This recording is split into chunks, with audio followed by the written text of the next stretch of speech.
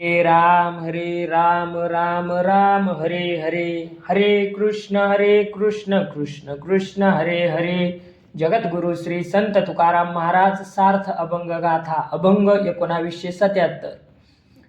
काळ जवळची उभा नेना, घाली झापडी खुंटी काना. कैसा हुशार सावध राही, आपुला तू आपुले ठाई. काळ जवळीच उभा पाही, नेदी कोणासी देऊ काही. काळे पुरविली पाठी, ऋषे झाली तरी साठी. काळ भोवताला भोवे, राम येऊ नेदी जिवे. तुका म्हणे काळा, कर्म मिळे तो ते जाळा. 1977. काळ पुरुष सदैव तुझ्या जवळ उभा आहे. त्याने तुझ्या डोळ्यावर झापड घातली आणि कानात खुंटी ठोकली आहे. म्हणून तुम्ही त्याला जाणत नाही. यासाठी हुशार राहा, सावध व्हा. तुला दान धर्म करायचा असेल तर उशीर करू नको, कारण तुझ्याजवळ उभा असलेला काळ तुला काही करू देणार नाही. तुझ्या देहाला 60 वर्षे झाली तरी काळाने तुझा पाठपुरावा केला म्हणून तू जिंकलेला नाहीस. तो सतत टपलेला आहे. तुझ्या भोवती काळ सतत फिरत आहे. अंतकाळी तुझ्या जिभेवर राम नाव येऊ देणार नाही. तुकाराम महाराज म्हणतात, काळाला अनुकूल होणारे कर्म हरिनाम स्मरणाने जाळून टाका. अभंग 1978. दुष्टभूषण सज्जनांचे, अलभ्य लाभ पुण्य त्याचे. धन्य ऐसा परोपकारी, जाय नरका आनिका वारी. मळ खाये संवंदनी, खरी करी आनिकांची उजळणी. तुका म्हणे त्याचा, प्रीती आदर करा साचा. 1978. दुष्ट दुर्जन हे प्रकारचे साधू सज्जनांचे भूषणच असतात, कारण ते संतांची सतत निंदा करतात. त्यामुळे दुष्टांच्या ठिकाणी असलेले पुण्य सज्जनांच्या नावे जमा होते आणि चुकून सज्जनांकडून झालेले पाप दुर्जनांना लागते. त्यामुळे सज्जनांचा दुर्जनामुळे फायदा होतो. अशा दुर्जनाची धन्यता वाखाणावी. ते दुसऱ्याला निष्पाप करून स्वतः त्याचे पाप घेतात आणि त्याचे शासन भोगण्यासाठी नरकाला जातात. परीटाची कपडे धुण्याची दगडी कुंडी वस्त्राचा मळ घेते व वस्त्र निर्मळ करते. तुकाराम महाराज म्हणतात, अशा दुष्टांचा अत्यंत नम्रपणे आदर करावा. 1979. सावनी टाकी घाये, पाषाण देवची झाला पाहे. तयारीती दृढ मन, करी साधाया कारण. बाण शस्त्र सावनी गोळी, शुराठाव उंच स्थळी. तुका म्हणे सती, अग्न न देखे जारीती. 1979.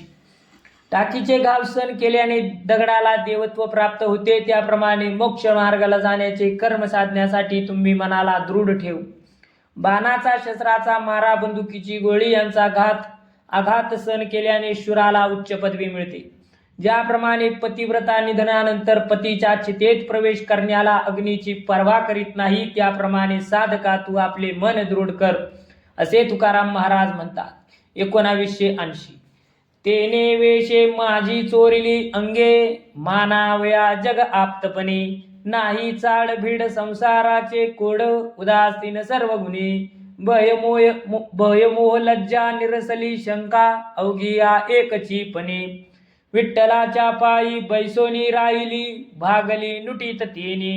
आता त्यांची काय चाले माझे बळ, झालोसे दुर्बळ सत्वहीन. दग्धपट दिसे संगती बरवंट, काय त्यांचे कारण. आळस दृष्टीन पाहे आपुले, एकची देखिले सर्व रूप. मानामान ते खुंटोनी राहिले, पिशुनी तो कोण बाप. ज्योतीना अंधार अवघा एकंकार, ते काय पुण्य पाप. विठ्ठला वांचोनी काहीच नावडे, वेगळाल्या भावे रूपे. बळीवार लौकिक व्यवहार, गेली आशा तृष्णा माया. सुखदुःखांची वार्ता नाईके, अंतरलो दुरितया. मी तू बना निष्काम होऊनी, राहिलो आपुलेया ठाव ठाया. तुझविन आता मज नाही कोणी, तुका म्हणे देवराया. 1980.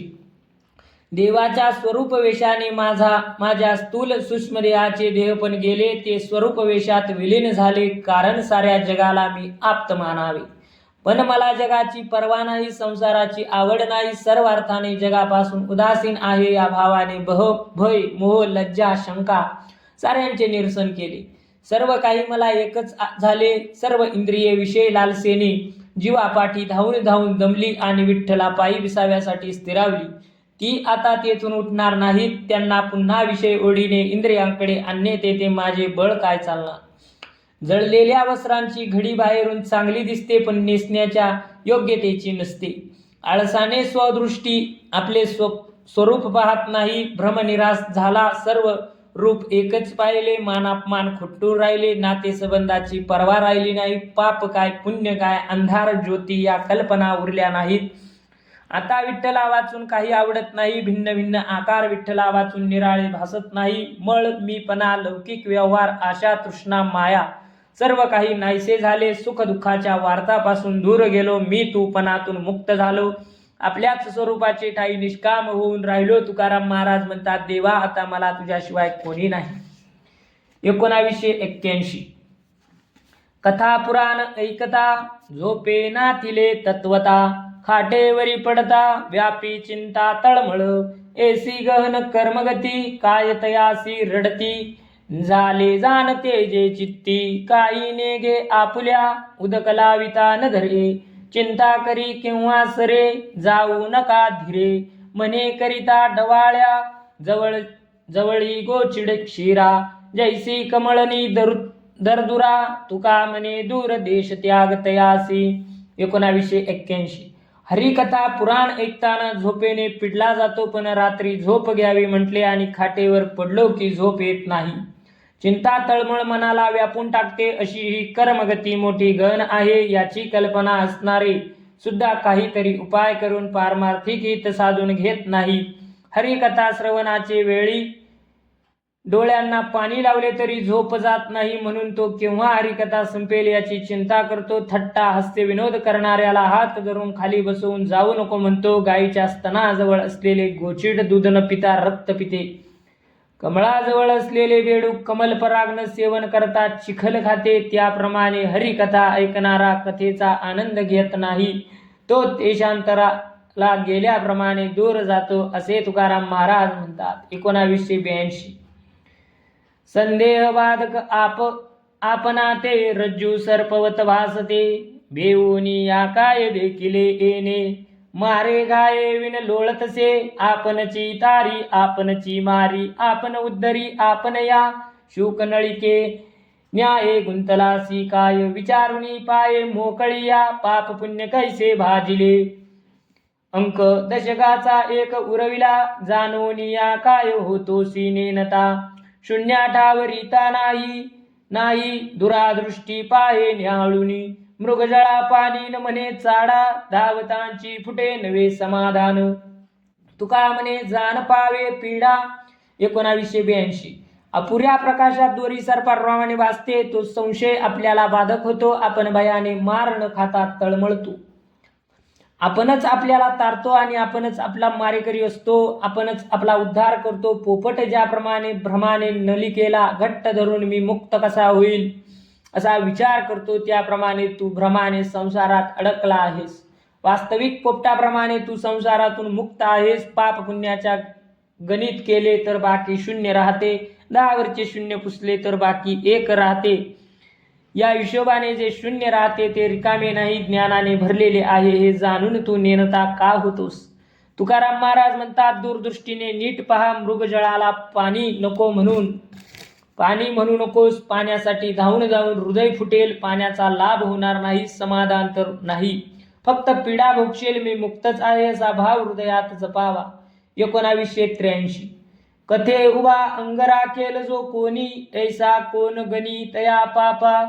येथे तो पातकी न येताच भला. रणी कुचरला काय चाले. कथे बैसोनी आणिक चर्चा. दिगत्याची वाचा कुंभबाक. तुका म्हणे येईल पैल ते थडीचे. बुडतील साच मध्यभागी. 1983. कथेमध्ये उभा राहून भजनामध्ये अलिप्त राहील, त्याच्या या महापापाची मोजदाद कोण करील. कथेमध्ये तो पातकी न आलेला बरा. युद्धामध्ये कुचर शिपायाचा काय उपयोग. कथेत बसून सांसारिक गोष्टी विषयक चर्चा करणारा असा मनुष्याचा धिक्कार. त्याची वाणी नरकुंड आहे. तुकाराम महाराज म्हणतात, असे लोक एलथडीचे म्हणजे अज्ञ पैलथडीचे ज्ञानाचा अहंकार नसलेले दोघे जण अशा मनोवृत्तीचे असले तरी भवसागराच्या मध्यभागी बुडतील हे सत्य आहे. 1984 नावडे ज्या कथा उठोनिया जाती ते यमा पावती बरे ओझा तो असे जवळी गोचिडाच्या न्याये देश त्यागे ठावतया दुरी नवे भला कोणी नावडे दुसरा पाहुना किंकरा यमा होय तुका म्हणे जया करावे ते काही पाषाण का नाही जळामध्ये. 1984 जे कोणी हरिकथा ऐकताना कंटाळा आला म्हणून कथेतून उठून घरी जातील ते आयते यमाच्या तावडीत सापडतील. गायीच्या स्तनाजवळ चिकटून गोचिड दूध न पिता रक्त पेते त्याप्रमाणे नास्तिकाला कथेतील परमानंद प्राप्त होत नाही. आनंद न घेता दूर देशाला जातो. दुष्ट प्रवृत्तीच्या माणसाजवळ सज्जन मनुष्य आला तर त्याला ते आवडत नाही. असा मनुष्य पाण्यात राहून कोरडा असणाऱ्या दगडाप्रमाणे हरिकथेत असून अलिप्त कोरडा असतो असे तुकाराम महाराज म्हणतात. 1985 जवळी नाही चित्त काय मांडियेले प्रेत कैसा पाये चंद्री दृष्टी दीप स्नेहाच्या शेवटी कांते लेसे श्वान तैसे दिशा हिंडे मन त्याचे कानी हाने कोण बोंब तुका म्हणे. 1985 हरिकथा श्रवणासाठी गेला पण त्यामध्ये चित्त रमत नसेल तर ते प्रेत बसविले आहे असे समजावे. दिव्यातील तेल संपत आले की ज्योत मोठी होते तशी त्याची दृष्टी कथेतील तात्पर्य न समजल्यामुळे तारवटल्यासारखी असते. पिसाळलेले कुत्रे वेदनेने वेडे होऊन चारी दिशेला सैरावैरा धावते तसे त्याचे मन चहूकडे धावते. तुकाराम महाराज म्हणतात अशा मनुष्याच्या कानात मोठ्याने ओरडून सांगितले तरी काय उपयोग होणार नाही. 1986 दुर्बळावाणीच्या एक दोन सिद्धी सदैवा समाधी विश्वरूपी काय त्यांचे वाया गेले ते एक सदा प्रेम सुख सर्व काळ तीर्थदेव दुरी तया भाग्यहीना विश्व त्या सज्जना दुमदुमिले तुका म्हणे एक वाहती मोळिया भाग्य आगळिया घरा येती. 1986 एखाद्याला लौकिक किंवा हानी करणाऱ्या दोन सिद्धी प्राप्त असतात. तो दुर्बळ आहे. दुसरा विश्वरूप समाधीचा लाभ झाला तो सुदैवी आहे. त्या भाग्यवंतांची साधना व्यर्थ गेली नाही. तो सदैव प्रेम सुख भोगतो. त्या दुर्बळ हतभाग्याला देवच काय तीर्थही दूर झालेत असे वाटते परंतु सज्जनांना वाटते की विश्वदेवाने दुमदुमले आहे. तुकाराम महाराज म्हणतात काही भाग्यहीन पोटासाठी मोळ्याचे भार वाहतात तर काही भाग्यवंतांचे घरी सर्व भाग्य आपणहून येऊन बसतात. 1987 परिमळे काष्ट ताजवा तुळविले आनिक नावांची थोडी एक ती कांतिवे उभविली धव लारे एकाची या कुडमेडी एक दिन रूप आणि ती मोळिया एक ती बांधोनी माडी अवघिया बाजार एकची झाला मी विकली आपुल्याल्या पाडी गुण तो सार रूप मध्यकार अवगुण तो फार पीडितसे एक गुणे आगळी असती अमूल्य नावाचे खडे एक समर्थ दुर्बळा घरी फार मोलाचे जोडे एक जगजग करीती वाळवंटी कोणी न पाहती तयाकडे सौभाग्य संपन्न आपुलाले परी मी एक दैन्यवाने बापुडे एक नामे रूपे सारख्या असती अनेक प्रकार याती ज्याची या संचिते तैसे आले पुढे तयाची तैसीच गती एक उंचपदी वैसोनी सुखे दास्य करवी एका हाती तुका म्हणे का मानिती सुख चुकली या वाया खंती.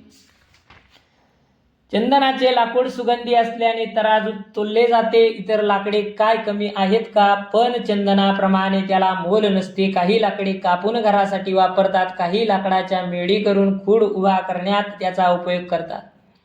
काही लाकडाच्या मुळ्या बांधून जळणासाठी त्याचा उपयोग करतात तर काही माडी बांधण्यासाठी उपयुक्त ठरतात. अशा प्रकारे भिन्न भिन्न गुणांनी मोल पाहून वेगवेगळी लाकडी विविध किमतीने विकली जातात.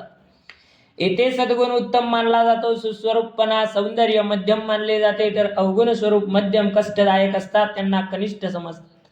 आपल्या तेजाने संपन्न असणारे भाग्यवान खडे जसे हिरे माणिक धनवानाच्या घरी असतात कारण दुर्मिळ असतात. गारगोटीचे खडे उन्हात चकाकत असले तरी त्याकडे कोणी पाहत नाही. आपल्या प्रकाशाने संपन्न असलेले खडे आपल्या मोलाने आपल्या स्थानी असतात, कित्येक दीन गरीब असतात. तुकाराम महाराज म्हणतात, कित्येक नावाने रूपाने एकसारखे असतात, परंतु त्याच्या खूप जाती प्रकार असतात. त्यांच्या पूर्वी संचिताप्रमाणे गुण अवगुण रूप आले आणि त्याला जशी जीवनगती झाली ते उंचपदी बसली. दुसऱ्याकडून दास्य करून घेतले की सुख आहे असे मानतात, नाही झाले तर दुःखी होता. पुंडलिक वरदारी विठ्ठल श्री ज्ञानदेव तुकाराम पंढरीनाथ भगवान की जय. माऊली ज्ञानेश्वर महाराज की जय.